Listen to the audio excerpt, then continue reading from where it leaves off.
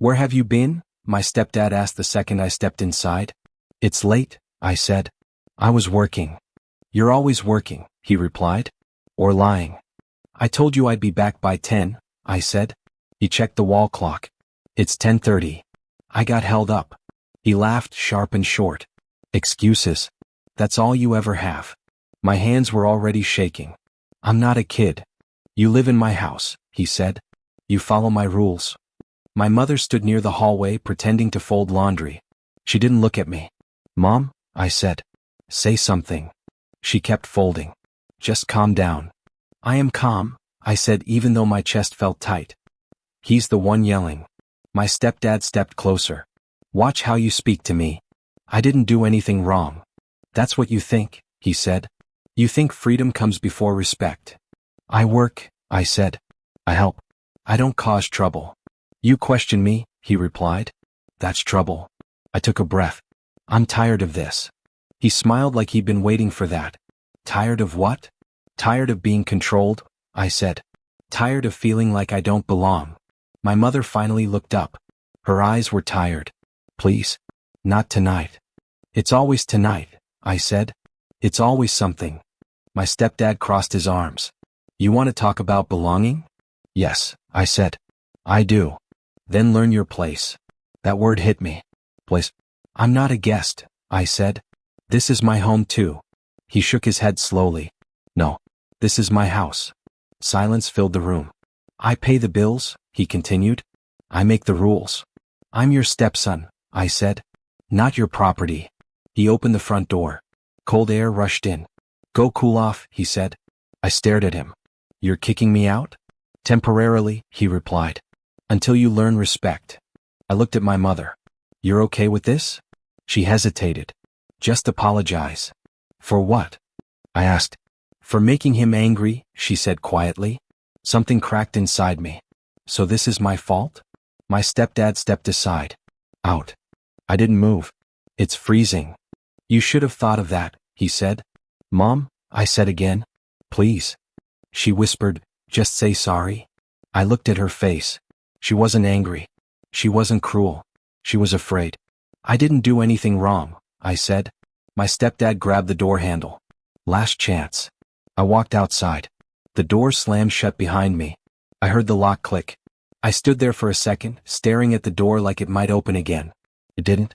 I knocked once. Hey. Nothing. I knocked harder. This isn't funny. Silence. I banged on the door. Mom? I heard muffled voices inside. Please, I said. It's cold. The porch light flicked off. That was when it hit me. This wasn't discipline. This was rejection. I stepped back. My breath came out white. My phone buzzed.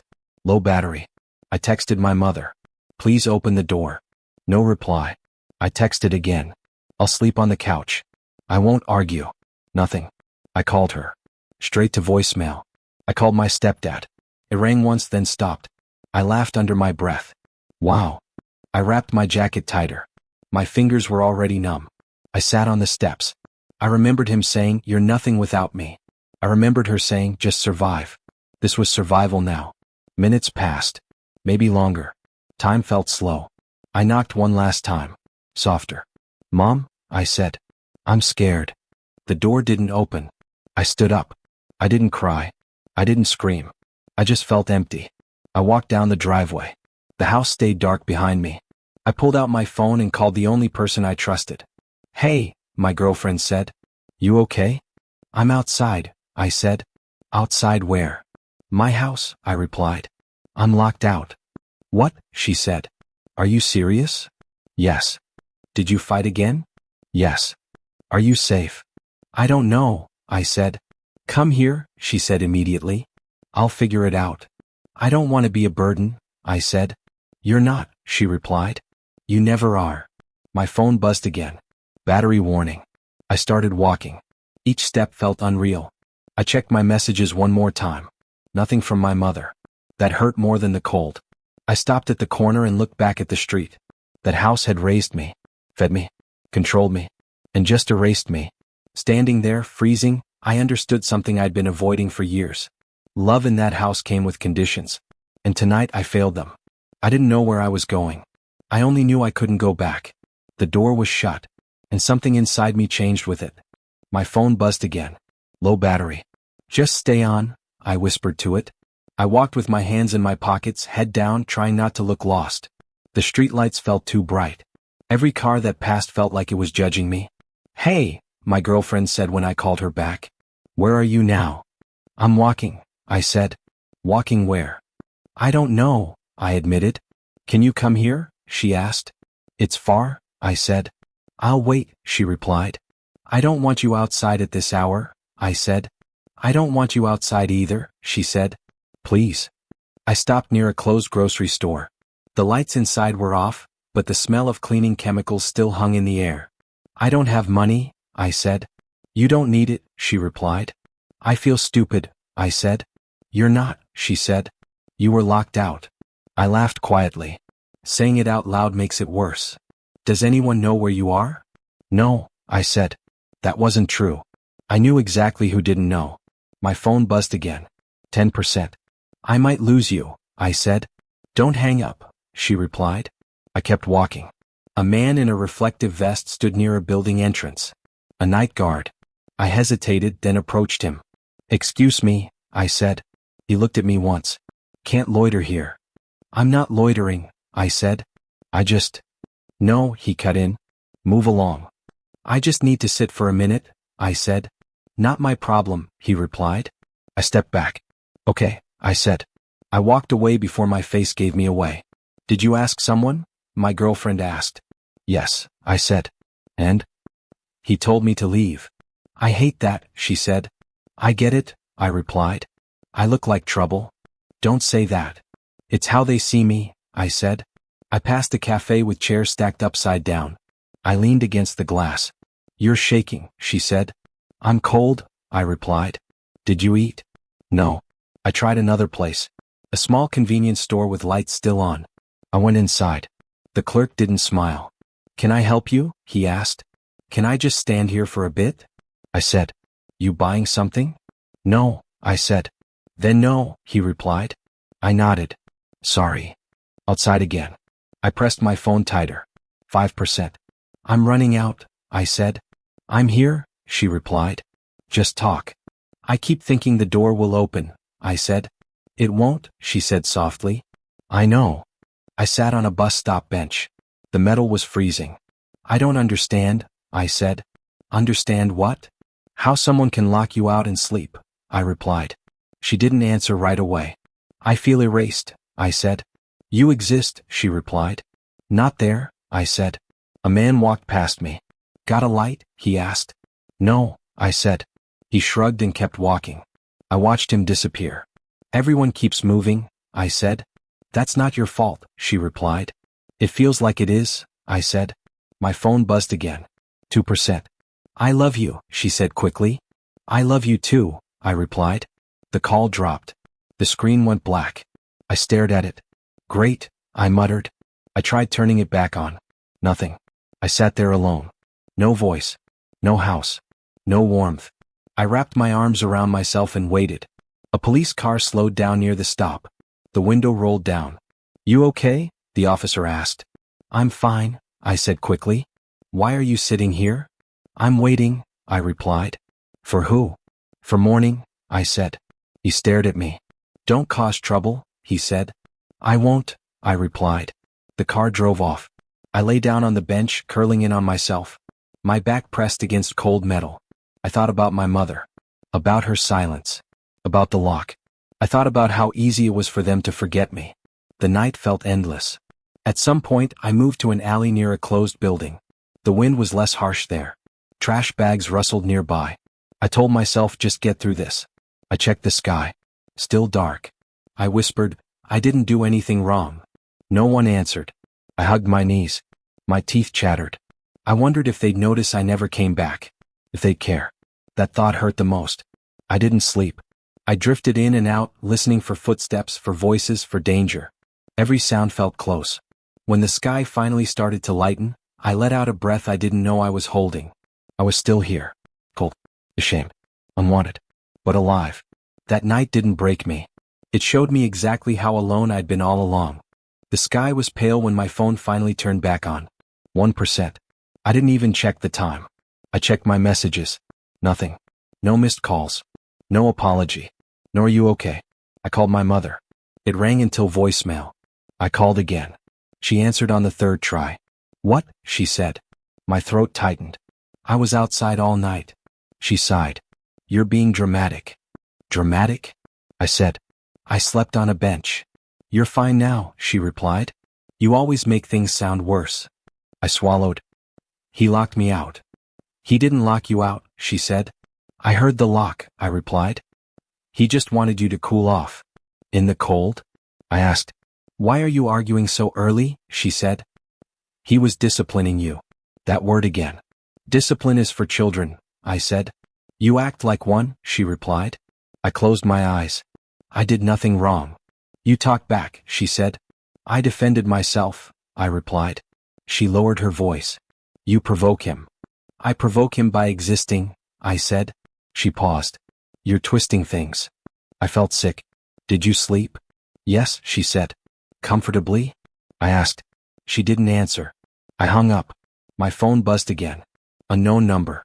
I answered. "Hello." "Morning," my stepdad said calmly. My hands started shaking. "You left your jacket," he added. "I didn't plan to leave," I said.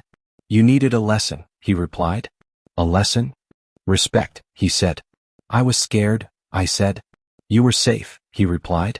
"I was outside." "You survived," he said. That word again. "Why didn't you open the door?" I asked. "You didn't apologize," he said. "For what?" "For challenging me." My chest burned. "You punished me."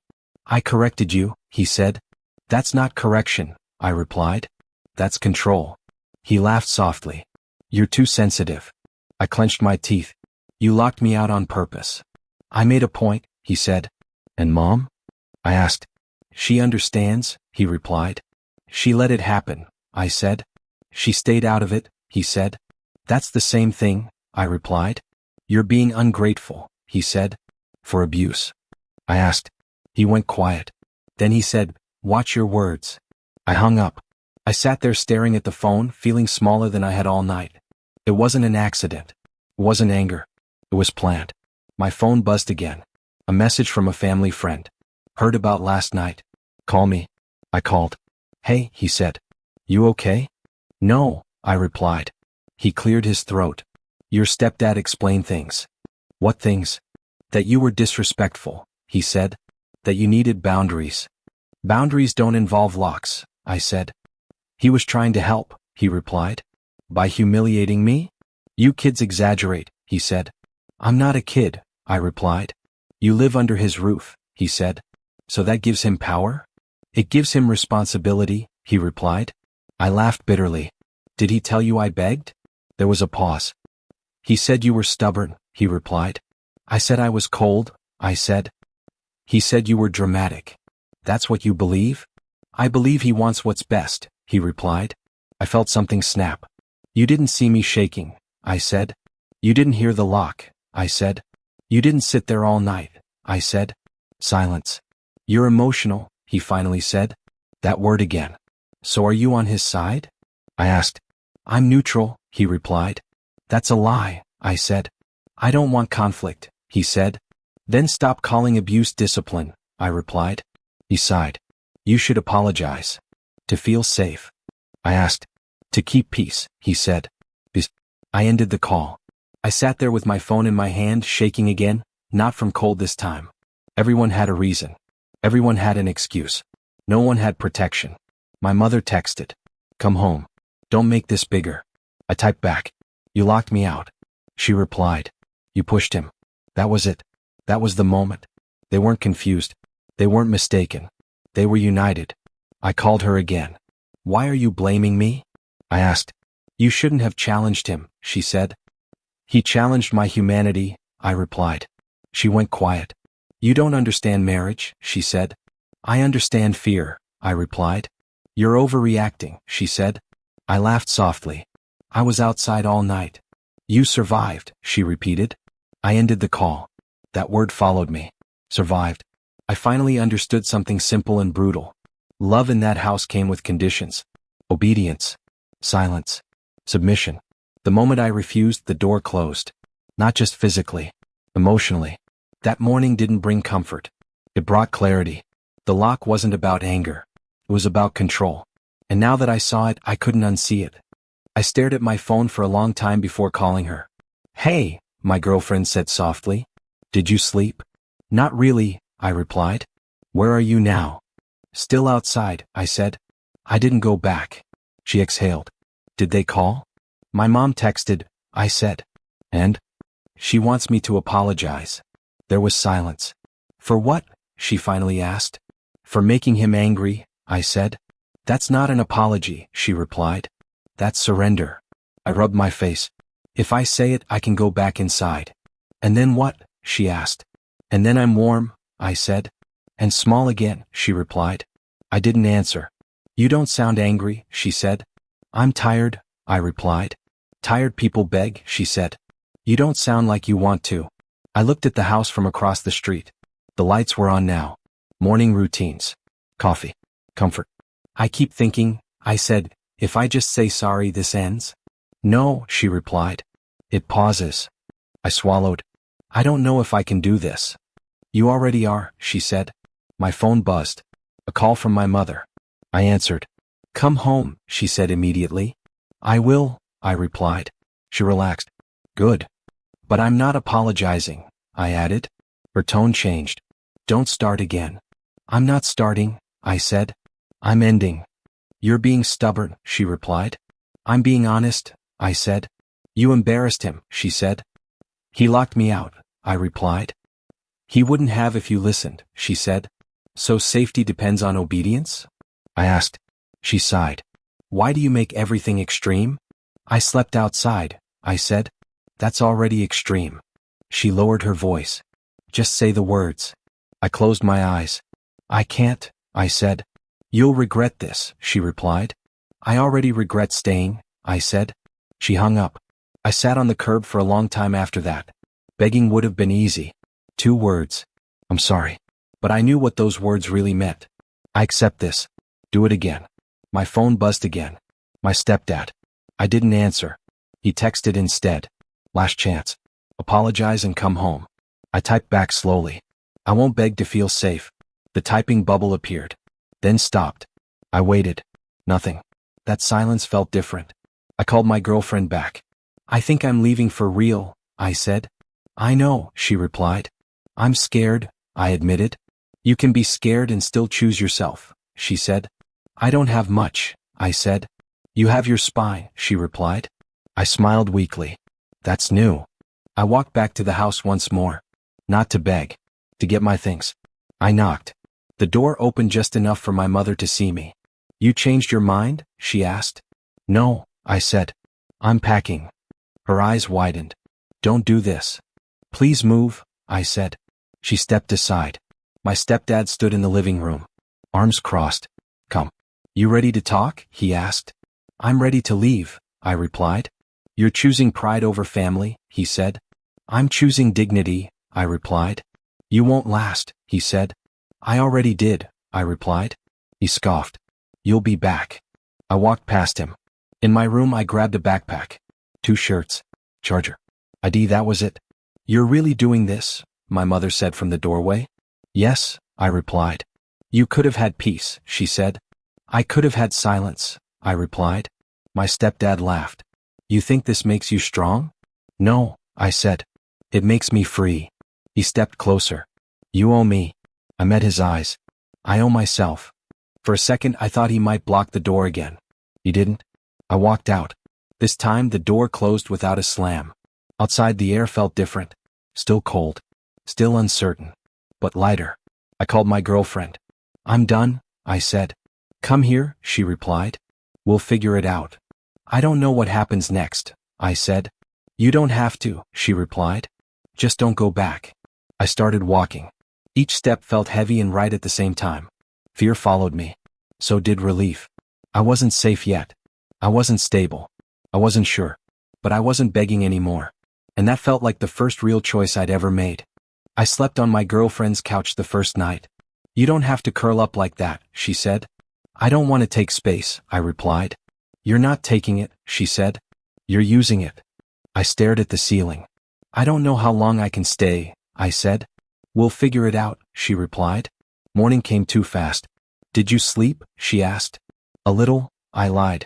She handed me coffee. You're shaking. I'm fine, I said. I wasn't. I spent the day walking. Job boards. Closed doors. Short answers. Hiring. I asked one shop owner. Not today, he said. Another place. Any work. Leave your number, they said. I didn't hear back. That night my girlfriend said, you don't have to do everything at once. I don't have a choice, I replied. On the third day I got a call. You still looking? A man asked. Yes, I said immediately. Can you lift boxes? Yes. Come in. I showed up early. A guy my age waved at me. I'm Sam, he said. I'm desperate, I replied. He laughed. You'll fit right in. We worked until my arms burned. You okay? Sam asked. I don't quit, I said. He nodded.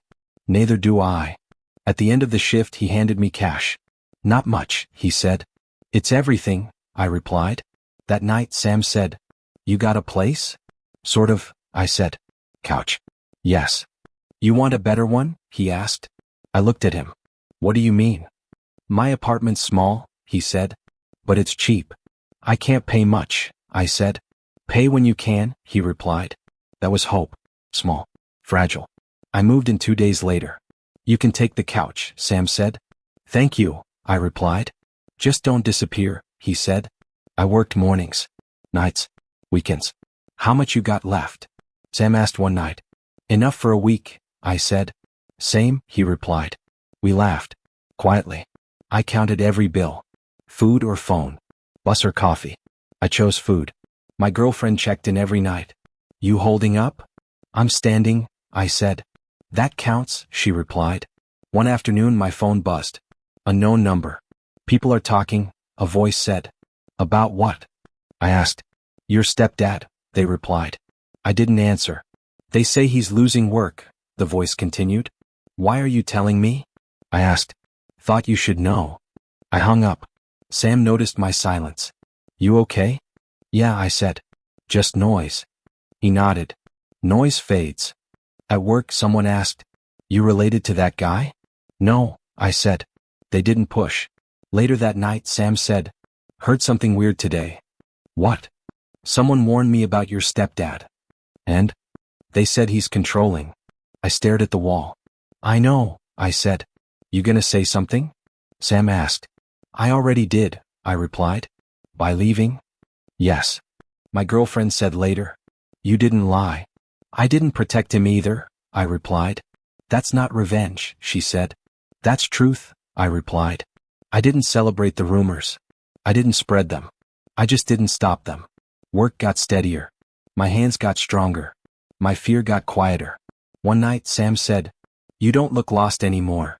I'm still tired, I replied. Tired means you're moving, he said. I smiled. That felt right. My mother texted once. He's stressed. You should come back. I didn't reply. Sam noticed. You don't owe explanations, he said. Another week passed. I paid part of the rent. Not much, but honest. Good man, Sam said. I lay on the couch that night, sore and exhausted. I wasn't comfortable. I wasn't secure. But I wasn't trapped. And for the first time that felt like progress. The first time I heard the rumor, I didn't believe it. Sam tossed his phone onto the table and said, you ever notice how the loud ones fall the hardest? What do you mean? I asked. Heard your stepdad lost a contract, he replied. People are asking questions. I kept eating. People always ask. Not like this, Sam said. They're not scared anymore. That word stuck with me. Scared. I didn't feel happy. I didn't feel relieved. I felt distant. Later that night my phone buzzed. Unknown number. I almost ignored it. Hey, a familiar voice said when I answered. It's me. I frowned. Who? Your cousin, he replied. From your mom's side. Oh, I said. Hey. I didn't know if I should call, he said. You did, I replied. There was a pause. Things are weird, he said. Weird how? I asked. He's quieter, my cousin said. Who? Your stepdad. I leaned back. Okay. He doesn't shout like before, he continued. People don't listen like before. I stayed silent. They talk about that night, my cousin added. Which night? The lockout, he said. My chest tightened. Who talks? Everyone, he replied. They don't like it. I let out a slow breath. I didn't ask for that. I know, he said quickly. I just thought you should know. Why? I asked. So you don't feel crazy, he replied. That landed harder than I expected. I'm not crazy, I said. I know, he replied. Now others do too. After we hung up, I sat there staring at the wall. No satisfaction. No revenge. Just space. The next call came from my mother. I almost didn't answer. Hello? I said. Her voice was softer. Are you okay? I waited before replying. I'm stable. That's good, she said. I worry. You didn't worry that night, I replied. She inhaled sharply. I didn't know what to do. You knew what not to do, I said. Silence. He's under pressure, she said finally. That's not my responsibility, I replied. He's stressed, she continued. So was I said. She whispered my name. I'm sorry, she said. I didn't respond. I should have opened the door, she added. Yes, I said. She started crying. I failed you, she said. I closed my eyes. I won't argue. You don't hate me? She asked. I don't trust you, I replied. That hurt her. I could hear it. I'm trying, she said. I believe you, I replied. But I'm not coming back. She sniffed. He asks about you. That's his guilt, I said. He says you abandoned the family, she said. I almost laughed. He locked me out. She didn't defend him this time. That night changed everything, she whispered. Yes, I said. It changed me. We ended the call quietly. No shouting. No promises. Just distance. Sam noticed my mood. You hear more stuff? He asked. Yes, I replied. And I don't feel anything, I said. He nodded. That's growth. My girlfriend said later. You're calm in a scary way. I'm done fighting, I replied. Does it feel like justice? She asked. No, I said. It feels like clarity. Another message came from my cousin. People don't look at him the same. I typed back. That's not my doing. I know, he replied. But it matters. At work, someone joked. Funny how power works. I didn't respond. That night, I thought about everything. How loud control needs silence to survive. How truth doesn't shout. It waits. My phone buzzed again. A message from my mother. If you ever want to talk, I'm here. I stared at it for a long time. Then I typed, I'm not ready. She replied, I understand. That was new. I didn't feel proud. I felt steady. Sam leaned against the doorway. You okay? Yes, I said. You sure? I'm not angry, I replied. I'm finished. He smiled slightly. That's dangerous. No, I said. That's freedom. The rumors kept coming. I didn't feed them. I didn't deny them. I just lived. One evening, my cousin called again. He asked if you'd talk, he said. No, I replied. He looked smaller, my cousin added. I closed my eyes. That's not my victory, I said. I know, he replied. When I hung up, I realized something important. I didn't need closure from him. I didn't need apology. Walking away had already done the work. Control only survives when you stay. I didn't. And that quiet decision was louder than anything he ever said. I didn't plan the meeting. That's what made it mine. My phone buzzed while I was at work. Unknown number. I stared at it for a moment, then answered. You avoiding me now? My stepdad asked. I didn't react. Why are you calling? We need to talk, he said. I leaned against the wall. About what? You know, he replied. This situation. I moved on, I said. He scoffed. You think this is over? It is for me, I replied. Silence. I'm not apologizing, he said. I didn't ask you to, I replied. That seemed to confuse him. Meet me, he said. We'll clear this up. I checked the time. I can talk tomorrow. You don't set the schedule, he said. I smiled. I just did. Another pause. Where? He asked. Public place, I said. When? When I'm free, I replied. He agreed too fast. That told me everything. The next day I arrived early. I sat down relaxed. Hands open. Phone face down. When he walked in, he looked smaller. Not weak. Just ordinary. You look comfortable, he said. I am, I replied. He sat across from me. Too close. Old habit. You don't call, he said. You don't listen, I replied. He leaned forward. You embarrassed me. I didn't flinch. You locked me out. That again, he snapped. That forever, I replied. He exhaled. You're still angry.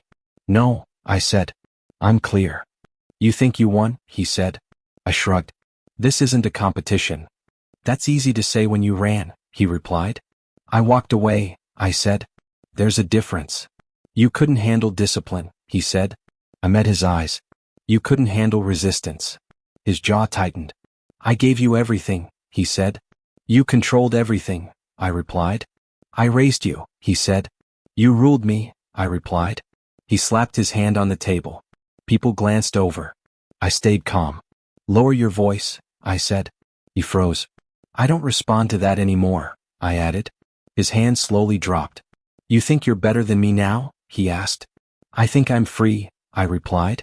You won't survive without structure, he said. I built my own, I replied.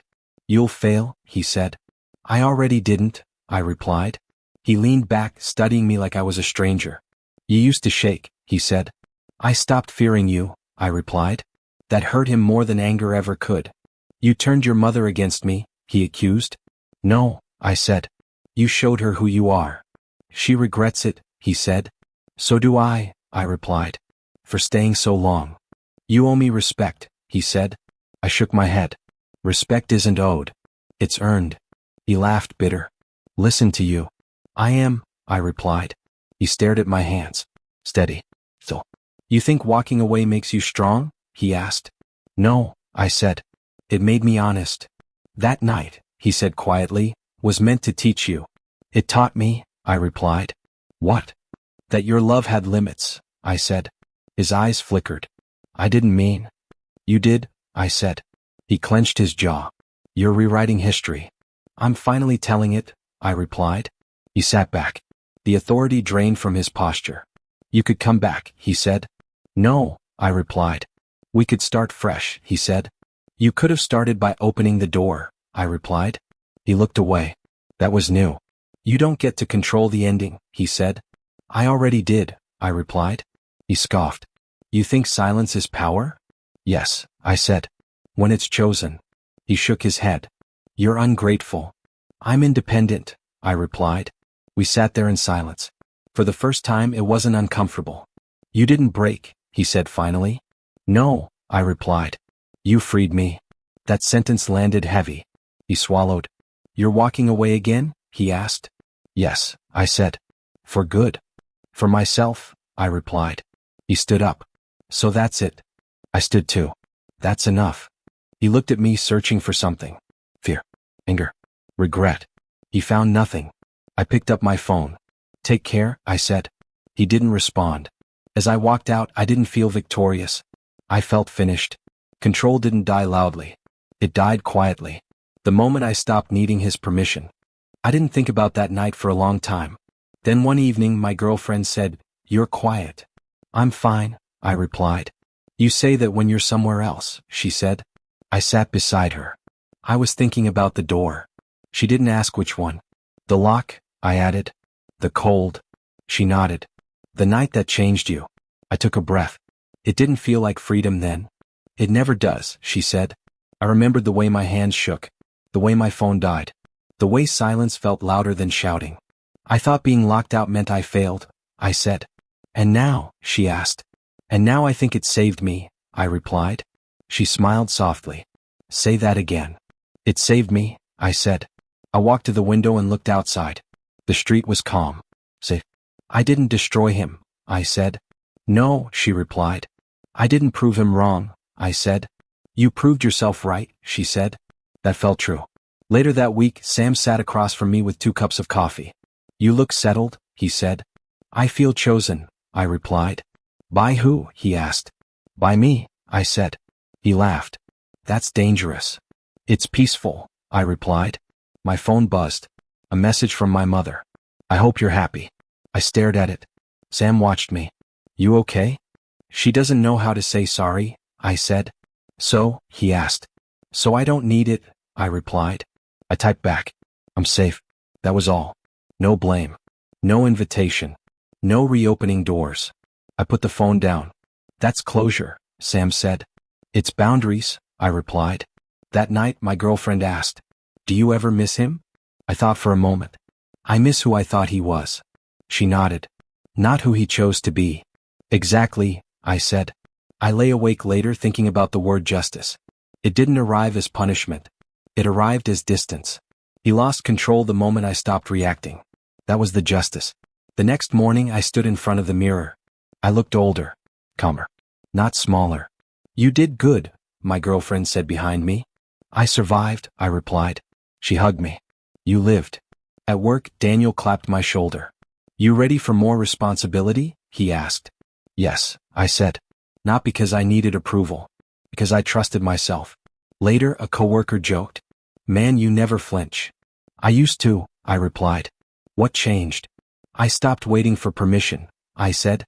That was the truth. One evening my cousin called. He still talks about you, he said. I don't talk about him, I replied. He wonders if you'll forgive him, my cousin added. I was quiet.